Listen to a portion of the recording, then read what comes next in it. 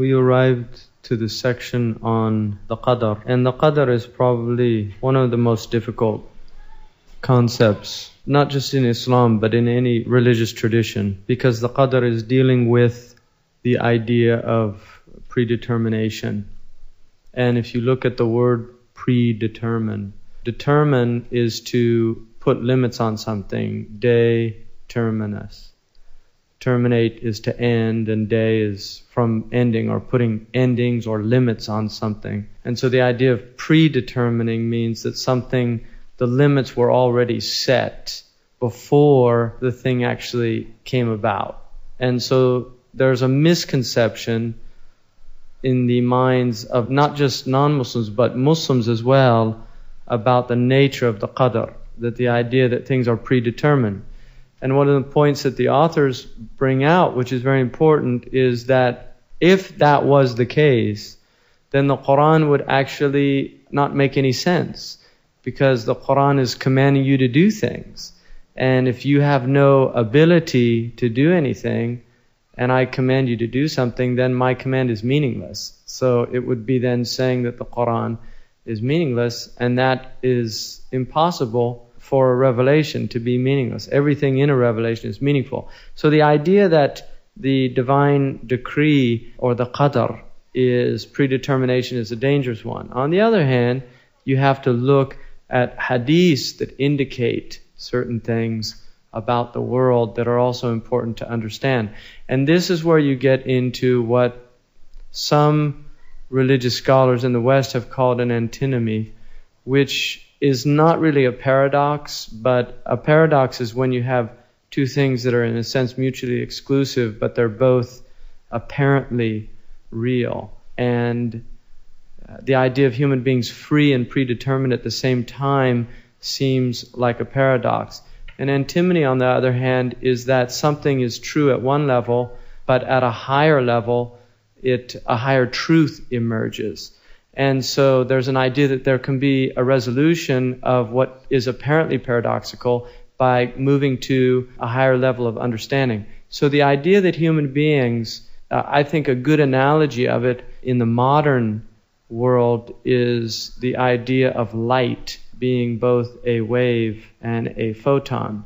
Because in modern physics they have the idea that the quanta are particles of light, and there's an idea that on the one hand, it behaves like a wave, and they can watch its movement. On the other hand, it appears to have the qualities of quanta or intermittent particles of light, as opposed to being something that is unified.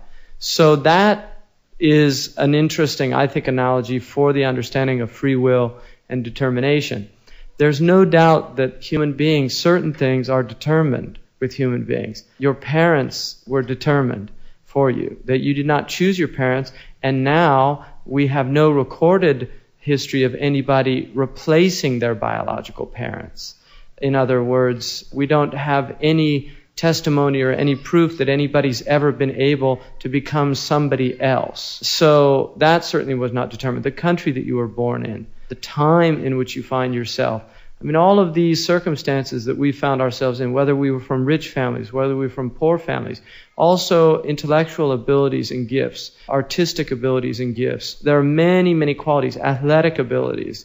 There are people that are more lithe than other people. There are more people that are more balanced, that are more flexible, that are quicker. When you were in school, there were those people that in the math classes that they would get the answers seemingly effortlessly, and other people would grapple with them. There were people that word problems were as clear as instructions on a Coke machine or something like that, where they could just see very clearly what type of problem it was and how to arrive at an answer. And then there's other people that couldn't see it for the life of them. They would struggle and still it wouldn't get through. So all of those type of things that we find in the world, discrepancies, are very interesting. And Islam has a very interesting reason in why it presents that. The first thing, just to look at this idea of qadr, if we look at the root word, it comes from qadara, and it has the idea of power, qudra. Qudra, which is the masdar, means power. The qadir is the one who's capable of doing something. They have the capacity to do something. It's one of the names of Allah subhanahu wa ta'ala. There's a book by Crosby which is about Western dominance and how the Western world became dominant. And his thesis is that they mastered the art of measuring everything. And so one of the things about the ability to measure something is that if you can measure it, you have a certain type of power over that thing. And that's why somebody that's able to break down a machine, take it apart, and understand what all its constituents and components are, they're able to put it together. They have a power over it that somebody that does not know how to do that doesn't have. And so the idea that Allah has determined everything is the idea that Allah has power over everything. وَهُوَ قَادِرٌ عَلَى كُلِّ شَيْءٍ. Because He created it and He determined it in that way. So in human beings, we are determined in our bodies. In other words, if you're 5'10", or if you're 5 feet, there was a point at which your cells stopped growing. There was a point that your skeletal structure stopped. Now that point did not occur for somebody who's taller than you. It went on. So there's a determination in the size of people as well. There's a determination in the size of the world that we're in. The universe itself has limits. Aqtar. I mean, the Qur'an says, إِنْ اسْتَطَعْتُمْ أَن تَنْفُذُوا مِنْ أَقْطَارِ السَّمَوَاتِ وَالْأَرْضِ. If you're able to penetrate the limits of the universe, then do it. So the universe itself has limits. So the one who puts limits on something has power over it because he was able to put those limits. And that's why a king is powerful, because he is able to constrain his populace, his kingdom. If he loses that capacity, he loses his power. And therefore he's not a real king. And that's the difference between a government that has power and a government that doesn't. Is a government that has power has the ability to suppress and squelch resistance inside that government. So the idea of Allah being all-powerful is that He has absolute power in His creation. Now, in the Qur'an, one of the things that Allah says, مَا قَدْرُ اللَّهِ حَقَّ قَدْرِهِ. They did not measure God.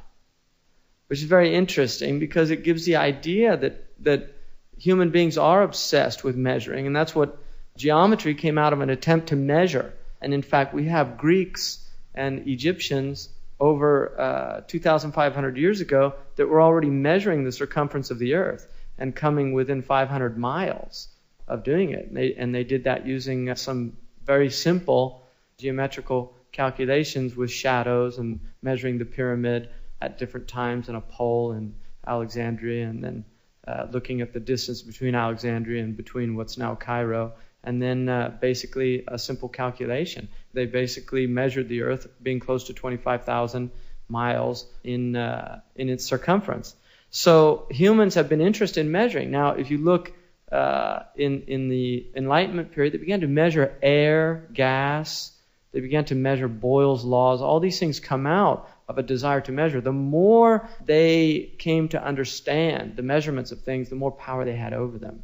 So if you look at jet flight, they have to understand all the measurements. They have to understand what liquid fuel. I mean, isn't this the basis of engineering, is that you need to measure fully everything. So humans have this obsession with wanting to measure.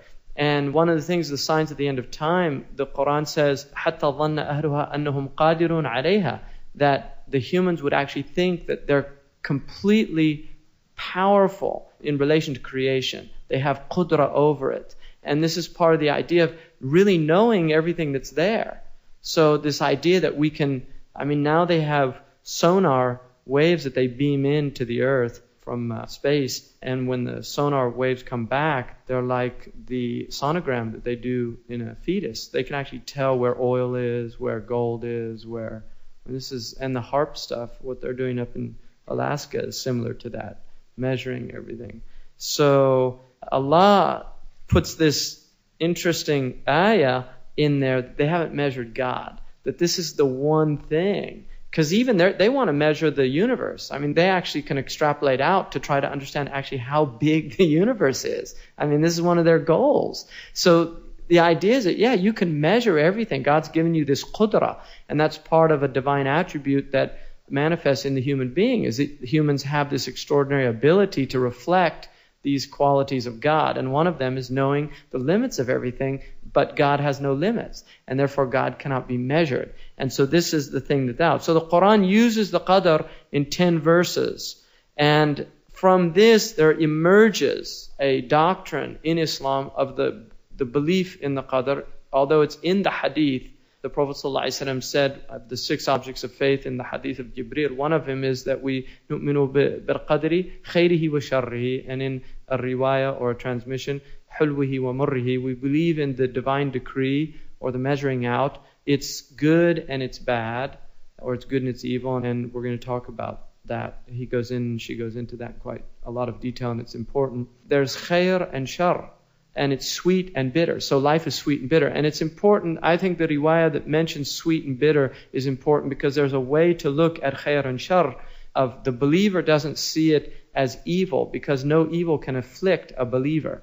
A believer sees it as bitter, that there's things in life that are bitter, but there aren't things for him or her that are evil, shar. Because the believer, everything that happens to somebody who believes in God and believes that God is ultimately the one who is creating these circumstances that we find ourselves in and these tribulations, then we begin to see it as a test, as something that we need to bear. That has to do with the idea of swallowing a bitter pill. I mean, we say that in colloquial English. I had to swallow a bitter pill, or it has a bad taste. Medicine's often bitter. In Chinese medicine, the heart herbs, the herbs that are good for the heart, one of the qualities in Chinese medicine is that they're always bitter, which is very interesting. So the next thing in this section that he brings out about is the idea of the servant, an abd. The word abd has many meanings. At one level, it means a creature. In other words, it's something that's subservient to God by its very nature. So if you make something, it is automatically in a subordinate position by the fact that you have made it. It is subordinated to you, and it can't free itself from that condition. So the idea of an abd is the verse in the Qur'an 1993, is that everything in the heaven and the earth comes to Allah, Ar-Rahman, as a abd, abdan. It comes as a servant.